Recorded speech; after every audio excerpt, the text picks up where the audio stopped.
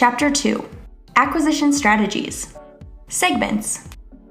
A segment is a filtered list of people that have something in common, such as a tag, custom field, or some other criteria. When a segment is created, it dynamically includes and excludes people based on the criteria that you've set. So these are constantly updating to reflect the most accurate data. There are endless possibilities in terms of your segments that you can build, so let's just start with the basic categories that we'd recommend as you're getting started. The first strategy includes keeping track of anyone who is new to your community. As a general rule, we consider new people to be anyone who has joined your list within the last 6 months. So, in order to see who meets that criteria, we'll build a segment. You do this by clicking on People in the left-hand menu, then clicking on Saved Segments. In the upper right-hand corner of this page, we'll click New Segment. Here is where we're able to select our criteria. If we're building a segment that includes new people added to your list in the last 6 months, we'll click the drop-down menu and then either scroll down to find or type Date Added. We'll then set this criteria to say person was added in the last 180 days. If you click refresh, the list will update to display the people in your Drip account who match that criteria. Clicking Save Segment will allow you to save this criteria and name the segment so you can continue to reference it in the future. We'll call this one New People. You, of course, can update any of the criteria to better suit your specific business needs. But for the purpose of this training, we'll stick with the general recommendations. Next up, let's make sure you have some sort of pruning criteria.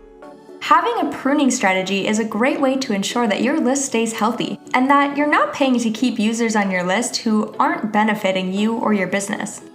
For this, the criteria is as follows. Person has not placed an order at least once over all time.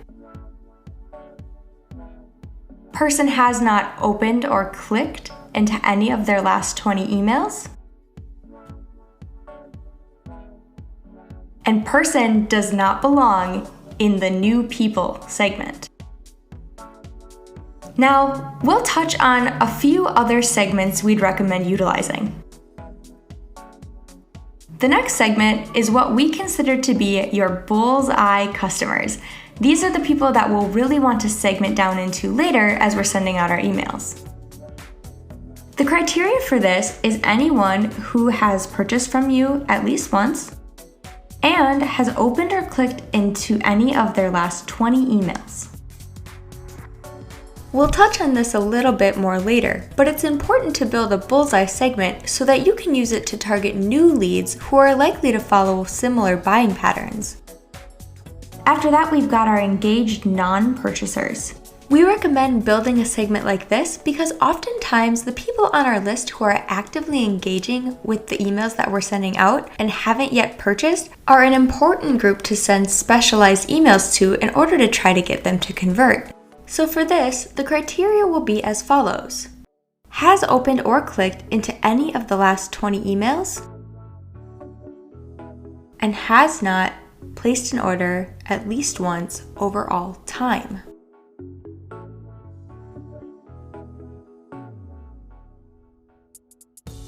Next up, we'll build a segment where we can see all of your purchasers. This segment is pretty straightforward. The criteria for this is person has placed an order at least once over all time. And that's it. We can name this segment and click Save.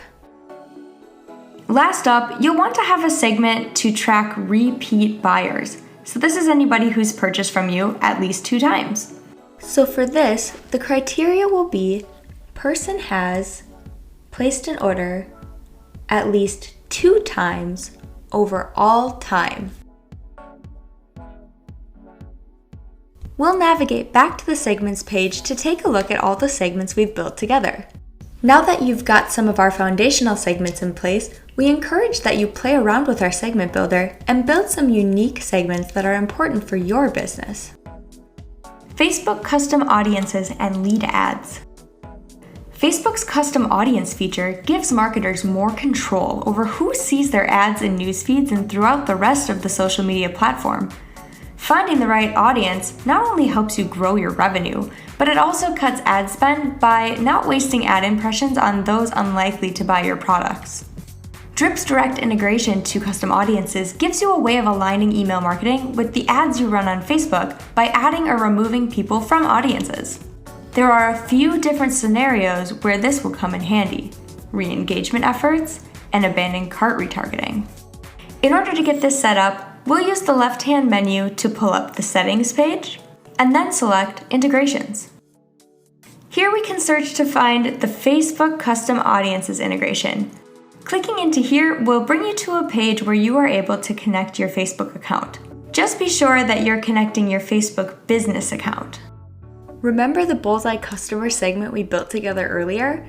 This will come in handy when you're utilizing Facebook custom audiences and Facebook lead ads. As I mentioned earlier, you can use that segment to target like leads and better your chances of filling your list with people who exhibit these same buying patterns. On-site campaigns.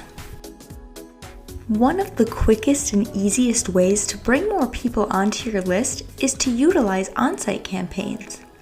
While on-site campaigns are quite robust with many customization options, we'd recommend building a general on-site campaign with the intention of capturing new subscribers first. On-site campaigns can be accessed by navigating to the left-hand menu under Campaigns and then clicking On-Site. On this page, you'll see that there's plenty of different options for creating on-site campaigns, anywhere from quizzes to mystery offers and in between. To get started, we'll click Create Your First Campaign. Here, there are plenty of templates to choose from depending on what you're looking for. We'll find one that makes the most sense for just a general campaign. Once we've selected the template we want, we'll click Continue. You can either create a pop-up, slide-in, or embedded campaign. For today's example, we'll build a pop-up, so we can click Continue. Now we can begin designing our on-site campaign. There is a ton that can be customized, so of course we do recommend that you play around with the campaign in order to get the exact look that you want. For today's example, we'll just build something general so you get an idea as to what this could look like. Within on-site campaigns, there's a few areas you'll have to fill out. Step 1, Step 2, the success page, and a teaser as well. For the sake of this training, we'll move through all of these pretty quickly, but you do have many options to customize along the way. Once all 4 areas look good, we can click Continue. We're then brought through several pages: display settings, field mapping, and the final setup. These are all set up already with our general recommendations, so there's no need to change any of these if you don't want to, but know that there's lots of options available if you'd like. The best way to learn how to create on-site campaigns is hands-on, so we do recommend going in, playing around with this feature, and seeing what you can build. Of course, our support team and our knowledge base is always available as a resource if you need. Once your on-site campaign looks the way you want it to and the settings are all set up accordingly, you can save and continue forward. The last step is to turn your on-site campaign on. Then you can start to collect new leads and grow your list with new subscribers.